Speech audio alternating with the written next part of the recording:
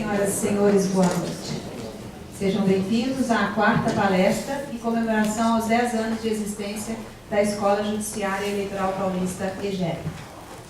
Anunciamos que a mesa deste evento é composta pelas seguintes autoridades: presidente do Tribunal Regional Eleitoral de São Paulo, desembargador Alceu Penteado Navarro; diretora da Escola Judiciária Eleitoral Paulista, desembargadora federal Diva Malherbe; pela procuradora-chefe da Procuradoria Regional da República da Terceira Região, procuradora Mônica Anicida Garcia; o vice-presidente e corregedor regional eleitoral, desembargador Antônio Carlos Matias Couto, representando também neste ato o diretor da Escola Paulista da Magistratura, desembargador Armando Sérgio Prado de Toledo; pelo procurador regional eleitoral substituto, Dr. Paulo Tadeu Gomes da Silva.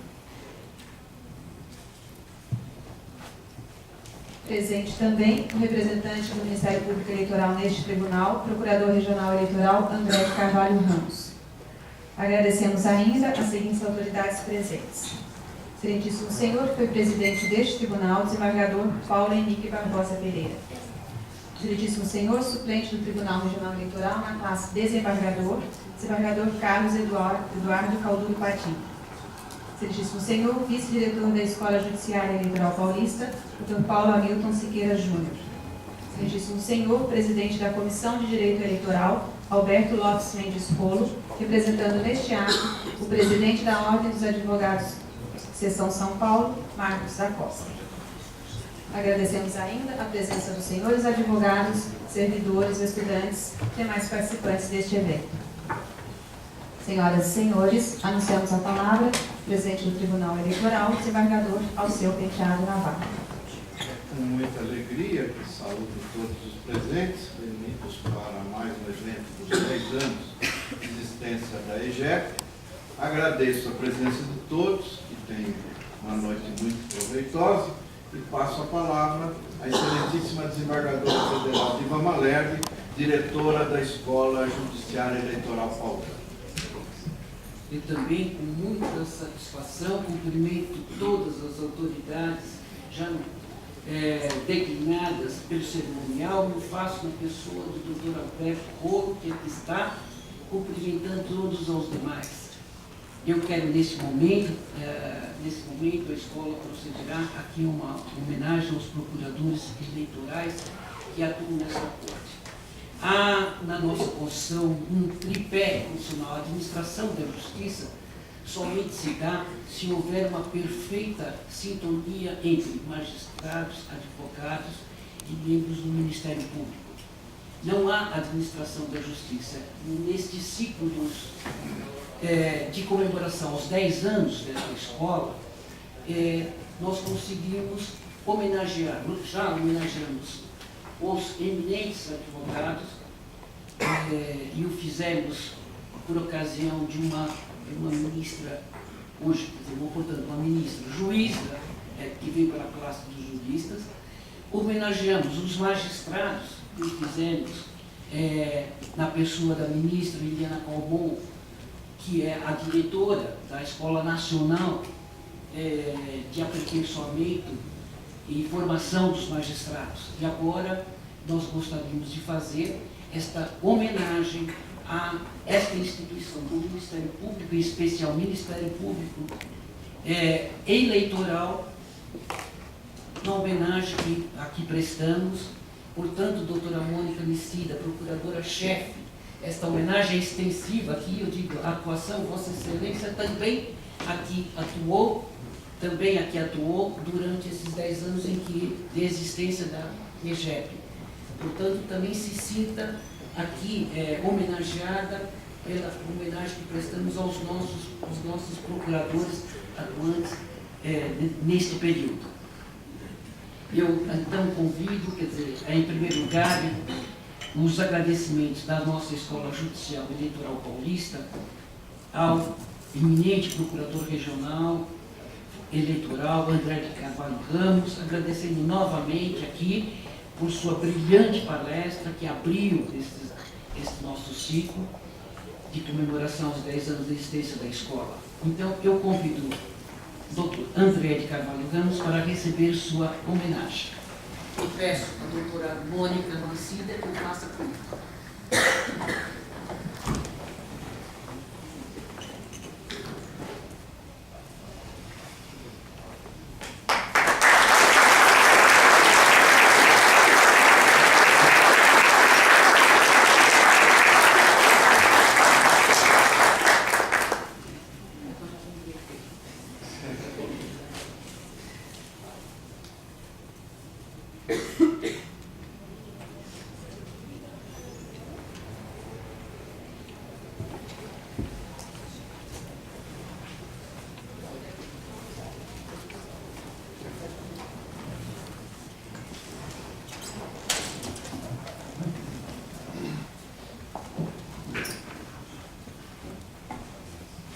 Agradeço agora ao Procurador Regional Eleitoral Substituto, Paulo Tadeu Gomes da Silva, que hoje gentilmente aceitou o convite desta escola para nos brindar com as suas palavras. Mas antes de que Sua Excelência profira a sua palestra, eu gostaria de convidá-lo para que também receba esta homenagem que a escola lhe faz e reconhecimento também à sua profícua atividade profissional junto a este tribunal. E peço à doutora Mônica que também façam comigo.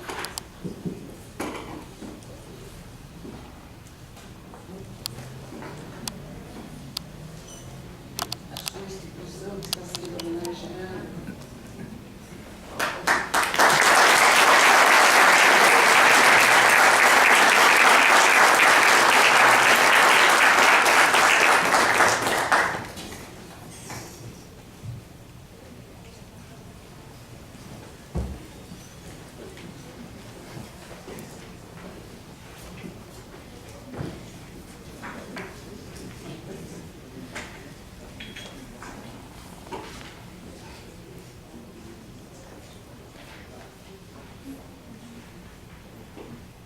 Nosso palestrante de hoje, Dr. Paulo Tadeu Gomes da Silva, é graduado em Direito pela Universidade Católica Dom Bosco, UCDB, de Campo Grande, Mato Grosso do Sul.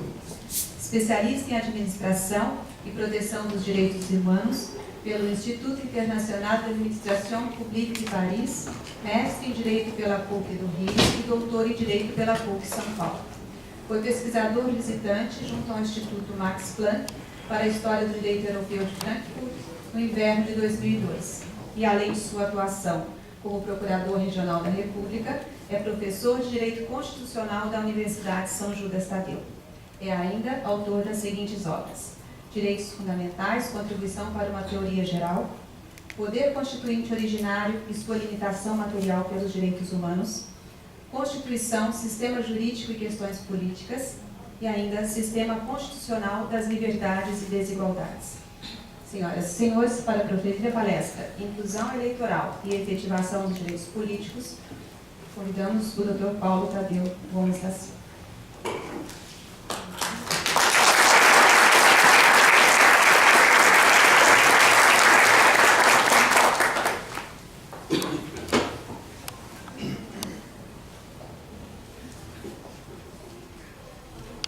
Gostaria, em primeiro lugar, de cumprimentar a todos os presentes, na pessoa do desembargador Alceu Penteado Navarro, presidente do Tribunal Regional Eleitoral do Estado de São Paulo. Gostaria de agradecer imensamente o convite que foi formulado pela desembargadora federal de Palma-Lerbe e pelo juiz eleitoral Dr. Marco Vargas, na qualidade de editores e representantes da IGEP. E gostaria também de dizer que, para mim, é motivo de muita alegria e de uma elevada honra poder estar aqui hoje para proferir a palestra ou uma reflexão a respeito do tema proposto para uma audiência tão qualificada. Eu, toda vez que sou convidado para falar sobre determinado tema, isso não acontece frequentemente, mas quando acontece, eu tento, tanto quanto possível, imprimir um caráter científico àquilo que eu vou falar. E por que eu faço isso? Eu faço isso porque eu tenho o respeito, eu nutro um respeito pelo convite que me foi feito e por aqueles que me ouvem. Daí, então, na minha compreensão, a necessidade de haver, tanto quanto possível, essa abordagem científica a respeito do tema proposto. E nessa linha, eu preparei algumas reflexões a respeito do assunto a ser tratado. O título da palestra é Inclusão Eleitoral e Efetivação dos Direitos Políticos.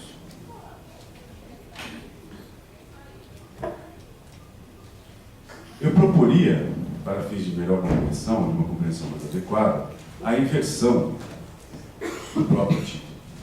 Isso quer dizer que eu vou falar primeiro sobre direitos políticos, ou sobre a efetivação dos direitos políticos, e, em segundo lugar, sobre inclusão e inclusão eleitoral.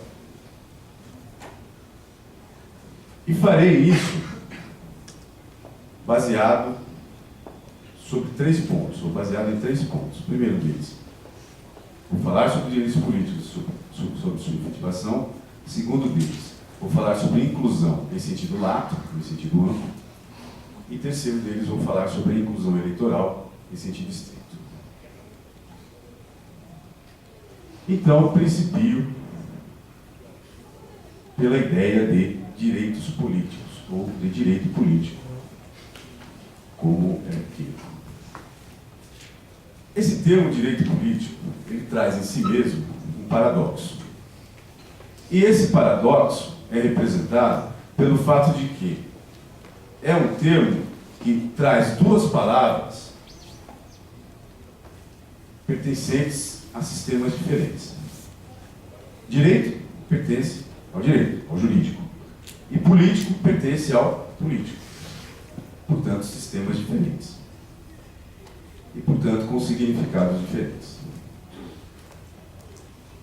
Então, de início, temos um problema. E qual é esse problema?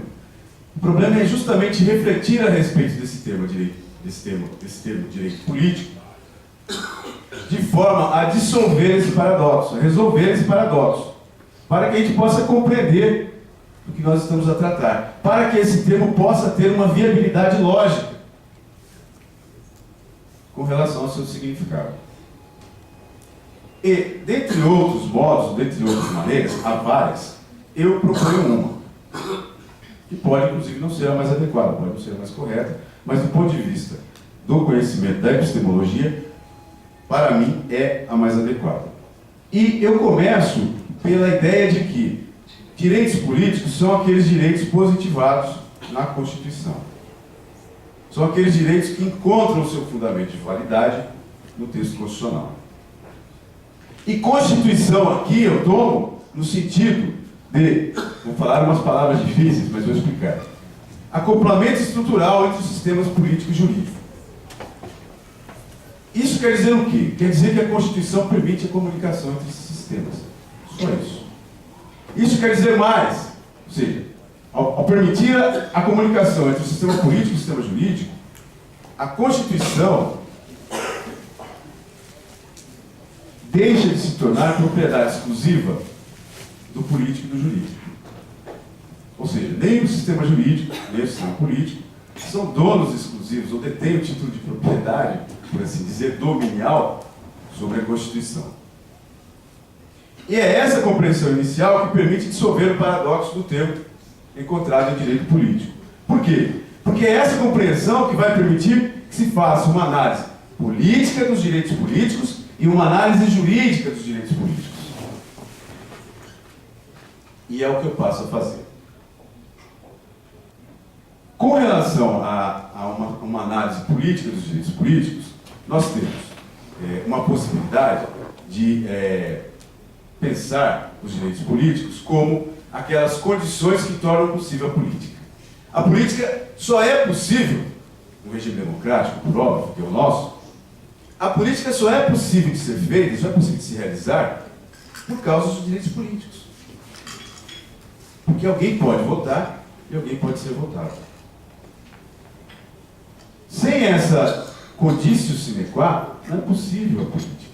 Então, direitos políticos são, numa perspectiva política, as condições de possibilidade da própria política. Teoricamente, ao nível da teoria político-constitucional, um grande filósofo de Harvard, chamado John Rawls, escreveu um livro estupendo, chamado O Liberalismo Político, que os direitos políticos são aquilo que ele denomina de constitutional essentials, elementos constitucionais essenciais. John Rawls, então, teoricamente, direitos políticos ao lado do Estado de Direito, ao lado do princípio da separação de poderes, e ao lado de outros direitos de liberdade, tais como liberdade de associação, de religião, de expressão e de consciência, se constituem nos elementos constitucionais essenciais. Essa, então, uma primeira abordagem dos direitos políticos, pelo viés da política, da teoria política constitucional, da teoria político-constitucional, quero dizer. Há também a possibilidade de se refletir a respeito de direitos políticos pelo jurídico.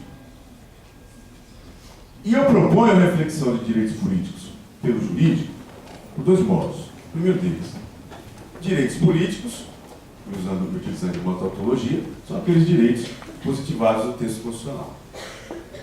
Na minha compreensão, aqueles direitos positivados nos artigos 14 a 17 da Constituição.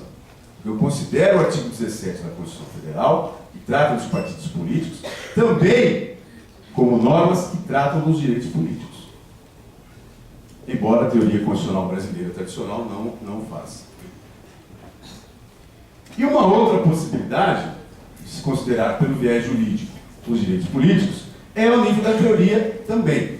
Agora aqui é teoria jurídica, já não mais política. E ao nível da teoria jurídica, não há como se pensar direitos políticos sem fazer uma referência expressa a um grande autor alemão que escreveu a respeito desse tema. Parece ter sido a primeira tentativa de sistematização desse tema há mais de 100 anos. Mais precisamente, em 1892. O nome dele é Georg Jelinek, grande jurista alemão. Num livro chamado System der subjektiven öffentlichen Rechte, não há tradução para o português. Em português significa Sistema de Direitos Públicos Subjetivos. E esse grande autor alemão, nesse livro, já trazia a ideia de que direitos políticos são aqueles direitos de status ativo, ao lado dos direitos de status passivo, ao lado dos direitos de status positivo e ao lado dos direitos de status negativo. Direitos à prestação, direitos de liberdade, deveres fundamentais e, no que diz respeito aos direitos de status ativo,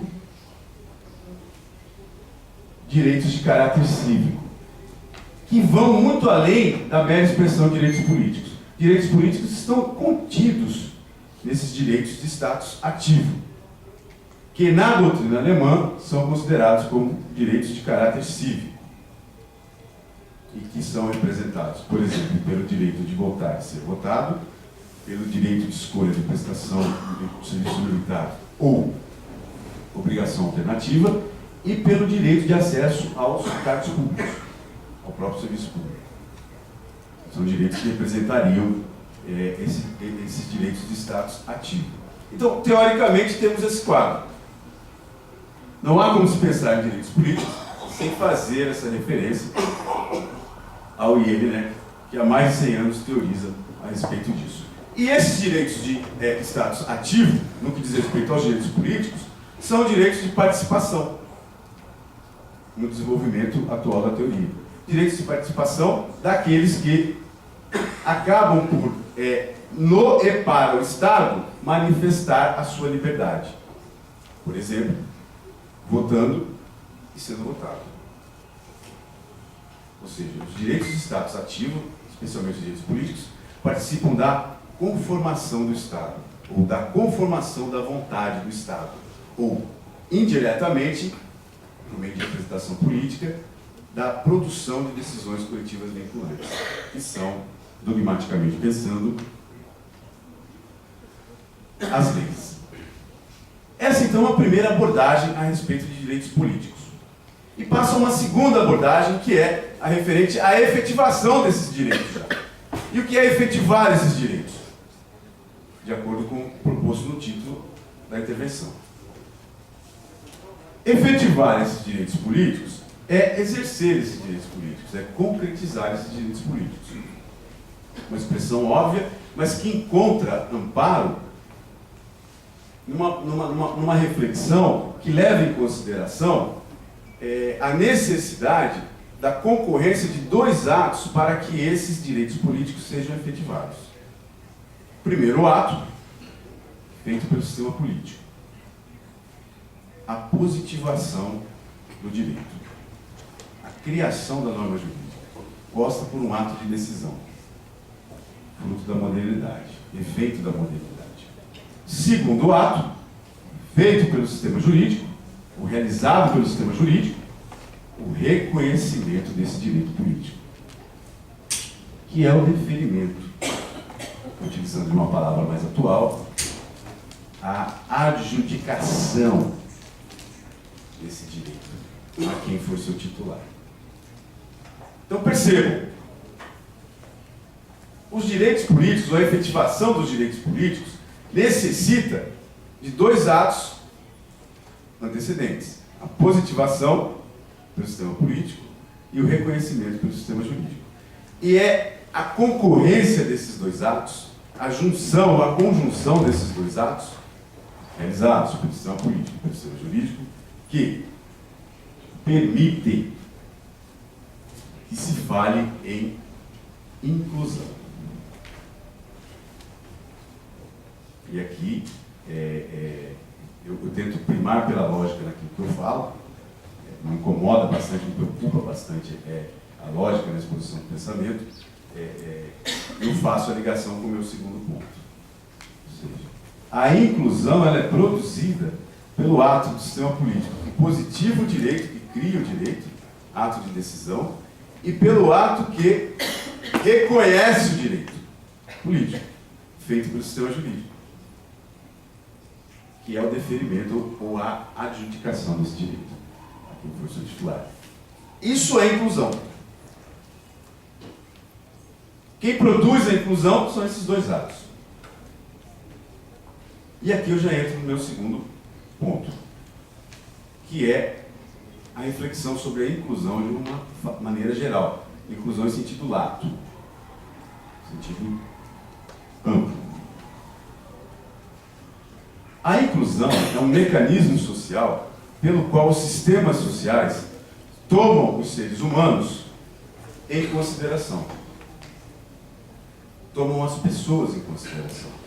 No nosso caso dos direitos políticos, da nossa reflexão aqui, isso quer dizer que as pessoas passam a ser titulares de direitos políticos. E isso não é pouco.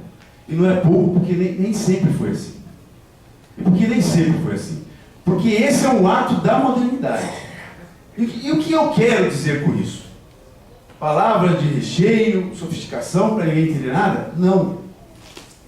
Eu quero dizer que a ideia de inclusão se tornou possível em um determinado momento histórico no qual houve a substituição do instituto do privilégio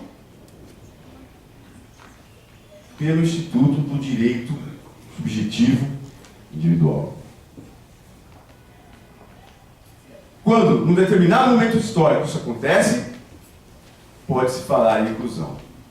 Pode-se falar que todas as pessoas, em tese, são titulares de direitos, não importando a sua origem socioeconômica, a sua família ou o seu apelido de família. Então, essa substituição do Instituto do Privilégio pelo Instituto do Direito Subjetivo Individual é que permite pensar em que permite pensar na manifestação da inclusão. Inclusão essa que, no primeiro momento histórico, era de caráter formal e que encontra uma correlação semântica nos postulados da liberdade e da igualdade formais, e com o passar do tempo histórico sofreu uma mudança de significado para significar algo mais do que a igualdade ou a liberdade de todos perante a lei, para se conferir direitos sociais às pessoas, tendo em vista a revolução industrial, tendo em vista a urbanização das cidades, tendo em vista a produção em massa da pobreza. E que, no momento mais atual, no curso da sua evolução semântica, significa também inclusão, numa correlação semântica à igualdade e à liberdade, significa também igualdade da diferença, liberdade da diferença. Então, uma inclusão que no seu início era uma inclusão formal, passou por um momento histórico no qual se tornou uma inclusão material e hoje é uma inclusão das diferenças. Perspectivas essas que não se excluem, mas que sim se complementam. A perspectiva social não exclui a formal, e nem a das diferenças exclui as outras duas. Não se trata aqui de se ponderar um prato de comida, como dizia Nelson Rodrigues, ou a liberdade de expressão. São perspectivas que se complementam. Essa é a história da sociedade mundial. E no Brasil, como é que as coisas se passaram? O Brasil é um país, como dizia Tom Jobim, não é um país para principiantes. E, de fato, se a história for analisada, não tem como se chegar à conclusão diversa. Por quê? Porque o Brasil produziu vários prodígios no que diz respeito à inclusão dos direitos das pessoas e, inclusive, dos direitos políticos, que são equiparáveis ao que o grande poeta mexicano, Prêmio Nobel de Literatura, Octavio Paz, o grande ensaísta, o grande intelectual público, dizia do Partido Revolucionário Institucionalista, que é um prodígio da política mexicana. Como é que um partido pode ser revolucionário e institucionalista ao mesmo tempo? Então, esses prodígios da história latino-americana também se manifestaram no Brasil. E de que maneira? Por certo que aqui eu vou fazer uma breve incursão histórica. Se tomar como termo inicial da história do direito brasileiro, a Constituição de 1824, porque antes era o direito português que por aqui reinava, temos que a Constituição de 1824, a Constituição Imperial, não positivava direitos, ou não considerava os escravos como sujeitos de direitos, e o Código Criminal de 1830 os considerava como sujeitos ativos de crime. Primeiro prodígio. Como é que uma ordem jurídica pode, constitucionalmente, não considerar determinadas pessoas, como sujeitos de direito, portanto, incluí-las ou não incluí-las, e uma legislação promulgada 6 anos depois, Código Criminal de 1830, considerar essas mesmas pessoas, que na Constituição são consideradas como coisas, essas pessoas como sujeitos ativos de crime. Primeiro prodígio.